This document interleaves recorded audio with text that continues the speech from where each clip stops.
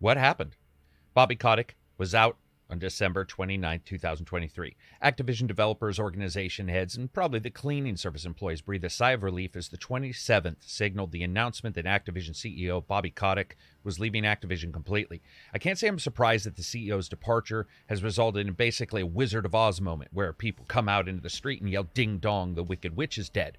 Bobby was CEO from 1991 to 2023, and he had a lot of success, but he was also always under scrutiny and did a lot of crazy shit.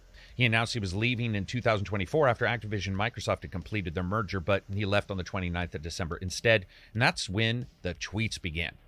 Less than 1 hour after the news was posted, developers started to publish blaming Bobby for Afterwatch's woes, not stopping review bombs, and basically everything that's happened for the last couple of years at the publisher. Well, it'll be interesting to see if we notice some kind of massive turnaround in Activision content because of his leaving. The fact that many seem to want to wait until he wasn't leading the company anymore wasn't all that surprising. I mean, he did threaten in a voicemail to have his own assistant killed.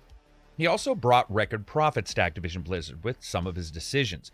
With Matt Booty taking on Activision Blizzard's executive reporting to Microsoft, developers and gamers are hoping for a more solid direction for the company now. However, others have pointed out that it's almost never possible for these kind of situations to occur without a ton of executive staff continuing to pull the wagon, regardless if the driver is drunk.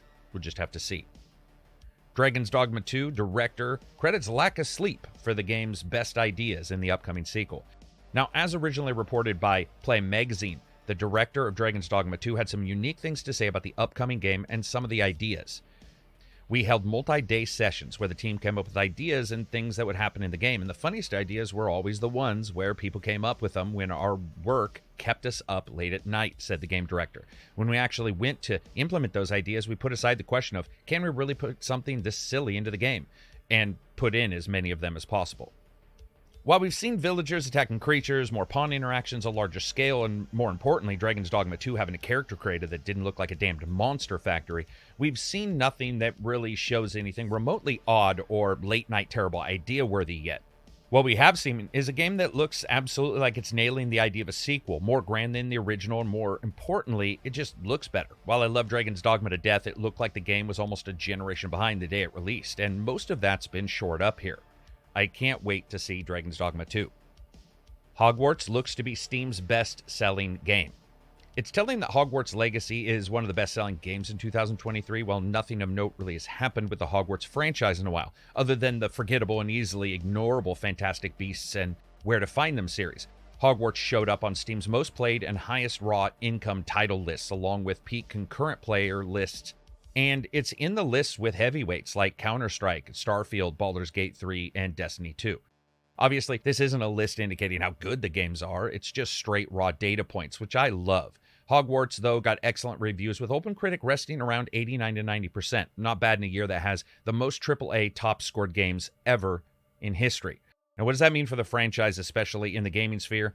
While we know the TV series is headed our way, like the Fallout series as well, showcasing other characters in their respective worlds, Hogwarts already nailed that in the game, leaving Harry and his middle-aged students behind. So while the show is interesting, I want to know, will we see a second one?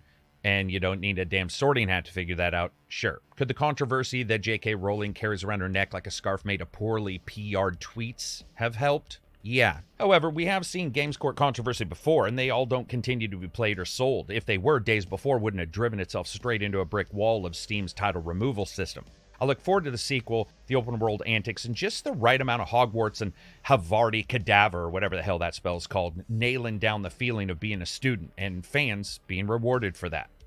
Next up, the Finals developers had no plan to build a shooter. In fact, they actively plan not to. I've played a huge number of hours in the Finals, and I find that every single time I go in, I discover some new meta, or some unique plan or idea. It also feels like one of the few online shooters that rewards odd plans and MacGyver moments where almost everything you can do is useful to try. But the ex-Battlefield devs who created the game had told Game Informer during an interview the following. To begin with, we initially weren't going to make a shooter. I don't think there was really something that was spoken out loud. It was something that everybody assumed, like, no, we shouldn't do that because we've done it before, said the creative director while reflecting on Embark Studios' debut game. We actually had game jams and stuff pretty regularly from work early on where everybody pitched ideas. I pitched some ideas, including the Boring Idea 1 and Boring Idea 2, and those were both shooters, said game director Tillaby. To me, though, it's not just that they nailed it, it's that it takes bad company-style destruction and puts it into a fast-paced shooter with few of the side effects we've seen with environmental destruction that we've noted in past games. For example, getting caught up in destructible bits, or huge frame rate dips during the game moments where it turns a building to a piece of concrete Swiss cheese because 3 plump esports digital heroes put propane canisters through walls. The idea that they originally didn't want to do this, then circled back around and realized that their instincts were right, shows that sometimes a total change is warranted in game development, and other times it's just the form that something comes in. In other big tech news, we actually this week got to see Praydog's Flat to VR mod. Its first beta release came to the public in the last couple days. Now, this software lets you play around 11,000 Unreal games in full 6 degrees of freedom in VR, uses some hacks and some svelte-ass programming to make flat screen games work in VR, or maybe work. I'll talk about that in a second. Not only will you be able to launch the games, jump into them, but also play them in full VR with front ends for adjusting everything from safety, motion sickness parameters, all within the software itself. While the mod only works on Unreal 4 and 5 games, that's still a tremendous number of titles that are available or could be on VR systems. Having played with it and used it last couple days, I do have to make sure that people understand that while a couple games do work right out of the box and very well, there's a lot of finagling, a lot of fiddling in there that you're going to need to do. You're going to need to sort of be up on the tech of VR itself, as well as what the different terms mean. You can do that by checking out the links that I have shown on the screen here for the software, as well as the webpage, and they both walk you through a lot of that setup that you may end up having. Make sure to check the compatible games list as well, and understand that the resources for a VR title is going to be much higher than the original flat screen versions due to the need for extra FPS to get the worlds looking smooth. Next up, other news. Fallout London devs released a trailer as well as an announcement for the major mod for Fallout that will be coming April 23rd, 2024, and that's Fallout London. Originally announced in 2021, the developers have stated that while they are content complete, the large scope of the mod requires even more polish and bug testing to make sure that they hit it right the first time.